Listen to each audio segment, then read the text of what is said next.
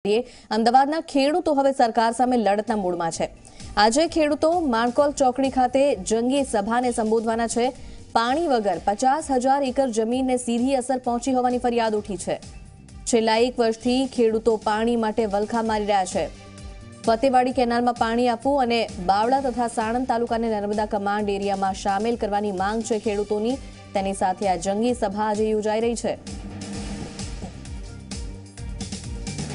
ખેડૂત સંઘર્ષ સમિતિના નેજા હેઠળ સભાનું આયોજન કરવામાં આવ્યું છે। ખેડૂતોની માંગણીને જોતા આગામી દિવસોમાં જળયાત્રા કાઢવાનું પણ આયોજન છે। તો ખેડૂતો આજે મોટી સંખ્યામાં એકઠા થશે, જે આ સભાનું આયોજન કરવામાં આવ્યું છે। સરકાર સામે બાયો ચડાવી છે। હવે ખેડૂતોએ પણ છેલ્લા એક વર્ષથી પાણી નથી મળ્યું જે વિસ્તારોને, આ વિસ્તારો વલખા મારી રહ્યા છે પાણી માટે। ગૌરવ પટેલ આપણી સાથે જોડાઈ ગયા છે માહિતી સાથે। ગૌરવ, જે રીતે ખેડૂતો હવે રણે ચડ્યા છે અને પાણીને લઈને જે પ્રશ્નો ઉઠવા પામ્યા છે, શું માંગો છે ખેડૂતોની અને આજની સભા કઈ રીતે મહત્વપૂર્ણ?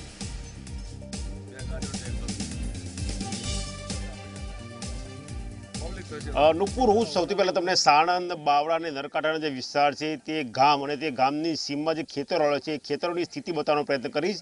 તમે જોઈ શકો છો કે ખેડૂત સભા જે જગ્યાએ યોજાવાની છે તે મંડપ એક ખેતરમાં બાંધવામાં આવ્યો છે। સામાન્ય રીતે ખેતરમાં ખેતીનો ઊભો પાક જોવા મળે ને જે પ્રમાણે ફેબ્રુઆરી મહિનો પૂર્ણ થયો અને માર્ચ મહિનાની શરૂઆત છે, આ સમયે જે ડાંગરનો પાક હોય તે લણવાની તૈયારી ખેડૂતો કરતા હોય છે, પરંતુ પૂરતું પાણી ન મળતા આ ખેતર ઉજ્જડ પડ્યા છે।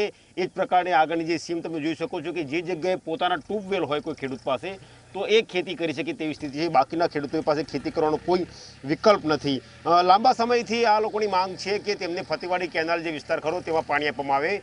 જ્યારે ધરોઈ નદી એટલે ધરોઈ ડેમ પરની જે સાબરમતી નદી પરનો જે ધરોઈ ડેમ હતો ત્યાં 12 માસ નદી વહેતી હતી ત્યારે ફતેવાડી કેનાલનું નિર્માણ થયું હતું ને તે પાણીથી સાણંદ, બાવળા, દસકોઈ અને જે નરકાંઠાના વિસ્તારો ખરા તેના કેટલાક ગામોને સિંચાઈનું પાણી મળતું હતું, પરંતુ સાબરમતી નદી જે 12 માસ વહેતી હતી તે બંધ થતાં તે પાણી મળવાનું બંધ થયું। ત્યારબાદ અમદાવાદનું જે દૂષિત પાણી હતું તે પાણી પણ ખેતી માટે આપવામાં આવતું હતું, પરંતુ એ ઘટનાક્રમ પણ બંધ થયો। જ્યારે નર્મદાની કેનાલ આકાર પામી, નર્મદાની મુખ્ય કેનાલ બની ત્યારે પેટા કેનાલો લઈ શાખા કેનાલો અને પ્રશાખા કેનાલો બની ન હતી ત્યારે તે પાણી સાબરમતી નદીમાં રિવરફ્રન્ટ પર નાખવામાં આવ્યું અને આ ગામના જે ખેડૂતો ખરા તે ખેડૂતોએ કોર્ટમાં કેસ કર્યો ત્યારે તે પાણી ફતેવાડીની સિંચાઈ કેનાલમાં આપવાની શરૂઆત થઈ અને આ જે વિસ્તારના ખેડૂતો હતા એ વર્ષમાં 2 વખત ડાંગરનો પાક લેતા થયા। સમૃદ્ધિ ચોક્કસ આવી, પરંતુ છેલ્લી 3 ટર્મથી જે સાબરમતી નદીમાં રહેલું રિવરફ્રન્ટનું એટલે કે નર્મદાનું પાણી છે તે આપવામાં આવતું નથી, જેના કારણે ખેડૂતોએ રોવાનો વારો આવ્યો છે। ખેડૂતોએ સરકાર સામે બાયો ચડાવ્યું છે। ખેડૂતો સાથે જ વાત કરીશું, શું કામ સરકારની સામે પડવાની ફરજ પડી? આત્મારામભાઈ, સરકાર સામે મોરચો સીધો કેમ?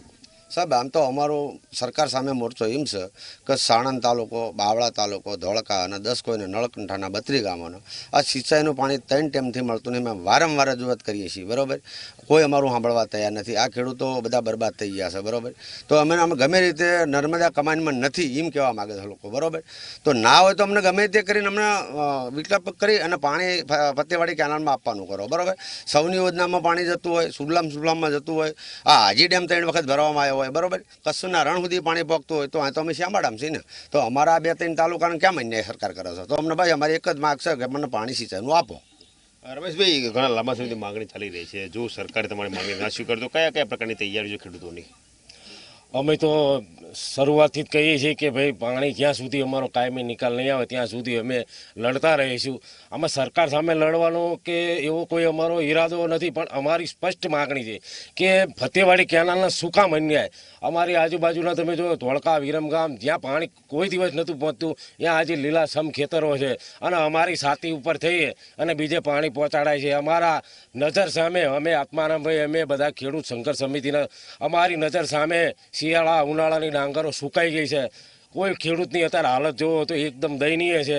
તમે ઘરેણા બજારમાં ગીરવે મૂકી અને પૈસા લઈ રહ્યા છે અને ખેડૂતોની આવી સ્થિતિ, દયનીય સ્થિતિ જોઈ અમને લાગી આવ્યું કે ના, ખેડૂતોના ખભે ખભો મિલાવી આપણે ઊભું રહેવાની જરૂર છે। એટલા માટે અમે કોઈની સામે મોરચો નથી માંડ્યો, પણ અમે અમારી બંધારણીય હક છે કે ભાઈ આખા ગુજરાતમાં પાણી જતું હોય તો અમે પાણી માગવાનો બંધારણીય હક છે અને હક માટે લડવું એ સરકાર ગુનો ગણતી હોય તો અમે એ ગુનો વરવા પણ તૈયાર છીએ। માટે કોઈ પણ ભોગે અમને ફતેવાડીને નર્મદા કમાન્ડમાં સમાવેશ કરવામાં, બીજું કે સરકાર ઈચ્છે તો હમણાં 10% અનામત સરકારની જ રજૂઆત હતી કે સુપ્રીમ કોર્ટ પણ આ નથી કરી શકતી, પણ સરકારની મંશા હતી તો એ પાર પાડ્યું. તો એ રીતે અમારા આ 260 ગામનો 4 તાલુકાનો પ્રશ્ન છે એ સુમેળે પાર પાડે એવી અમે સરકારને પણ રજૂઆત સુમેરે પાર પાડે. સૌથી પહેલા તમારું નામ જણાવો.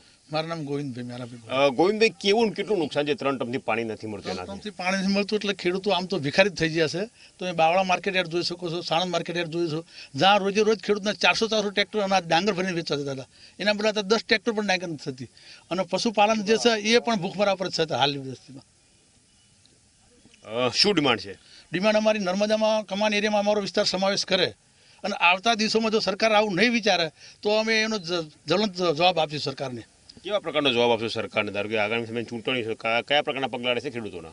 આમ તો ખેડૂતો જે નિર્ણય લેશે ને એના જ ખેડૂત જોડે અમે ઉભા રહીશું અને પાણી તો અમે કોઈ પણ હિસાબે લેશું. અમારો આ કંઈ વિરોધ નથી, અમારી કંઈક રજૂઆત છે. બરાબર, સરકાર કેમ પાણી અમને ના આપે? આ 3-4 તાલુકાનો શું આવો અમારો ગુનો છે? બરાબર, અહીં તાલુકા પંચાયતથી માંડીને છે કેન્દ્ર લગન સરકાર આપણી છે, ભાજપની જ છે. બરાબર, તો પછી કેમ અન્યાય કરે છે? એમ કોને પૂછવાનું છે? એમને પાણી આપો ને ખેડૂતને. ભાઈ બીજી અમારી બીજી કંઈ માગ જ નથી. ખેડૂત તો પાણી જોઈએ છે. તમે તો નવયુવાન છો, કયા પ્રકારની સગવડો છે? ખેતી સિવાય કોઈ રોજગારની સગવડો ખરી અહીંયા? ના, અત્યારે હાલમાં તો પશુપાલન અને ખેતી જ છે ખેડૂતોનો આધાર. અને જો અહીંયા કંઈ ના પાકે તો એક તો પશુપાલન પણ અટકી જાય અને ભેંસોનું બધું દૂધ ઉત્પાદનનું એવું બધું ખૂબ ઓછું થઈ ગયું છે અત્યારે હાલમાં. અને ઉત્પાદન તો રહ્યું જ નથી. ડાંગરનો પાક પણ નથી થયો, ઘઉંના પાક પણ બહુ ઓછા થયા છે. ડીઝલના ભાવ સામે વધી ગયા છે અને ટોટલી ડીઝલ ઉપર ખેડૂત ના ચલાવી શકે, કેમ કે એક કૂવામાંથી પાણી લેવાનું, કૂવાની અંદર પણ પાણી ખૂબ નીચા જઈ ચૂક્યા છે, એટલે નથી પૂરું પાણી પણ પૂરું નથી પડી શકતું. તો તમે જોયું કે આ હતા સાણંદ નરકાંઠા વિસ્તાર, દસકોઈ તાલુકો અને બાવળા તાલુકાના ખેડૂતો, જેમનું સ્પષ્ટ કહેવું છે કે દસકોઈની જે જમીન હતી, આ વિસ્તારની જે જમીન હતી તેમાં ફતેવાડી કેનાલમાંથી પાણી આપવામાં આવતું હતું. તે બંધ કરવાથી તેમની જે 2 વાર ડાંગર લેવાની જે પ્રથા પડી હતી તે બંધ થઈ ગઈ છે અને પારાવાર નુકસાન ખેડૂતો ભોગવી રહ્યા છે. નુપુર માટે તો જે રીતે ખેડૂતોની રજૂઆત છે, માત્ર પાણી આપો તેવી માંગ છે, એક રજૂઆત છે, વિરોધ નથી તેવું કહેવું છે ખેડૂતોનું. તેમના તાલુકાઓને શા માટે પાણી નથી અપાતું તે સવાલ.